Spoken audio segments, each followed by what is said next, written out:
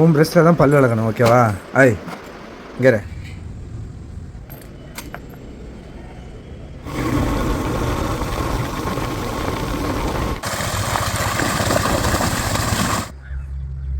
எங்கே போன மச்சான்?